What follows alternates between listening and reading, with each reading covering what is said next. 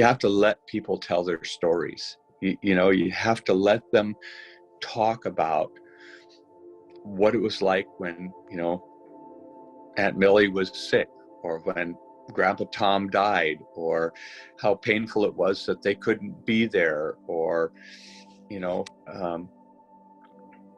listening to my brother-in-law is 64, 65, passed away of brain cancer after a 7-month fight, very fast.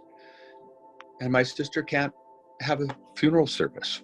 You know, she can't gather her family and her faith community around her to celebrate John's life or ease the ache in her heart. And I think as we come back together, as we're able to gather, we need to be listening to one another. Be slower to speak, slower to give advice, and quicker to listen and put an arm around a shoulder, you know, because there's just going to be a lot of tears that have to be shed. I'd say before the pandemic, my mental health was really, pretty stable. As the pandemic progressed, the depression was more deep-rooted. I think there's going to be a lot of post-traumatic stress. And I think a lot of that is going to manifest itself as depression and inability to cope.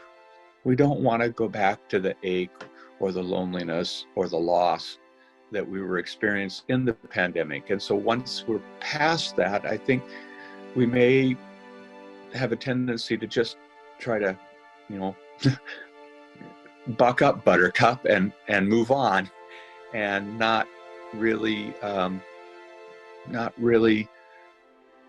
go back into those painful places where people need to go. They need to go to those painful places in order to heal.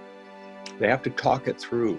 They have to work it through, and they need people that they can lean on, people that will listen, people that will provide some affirmation to their pain. And then the healing can start.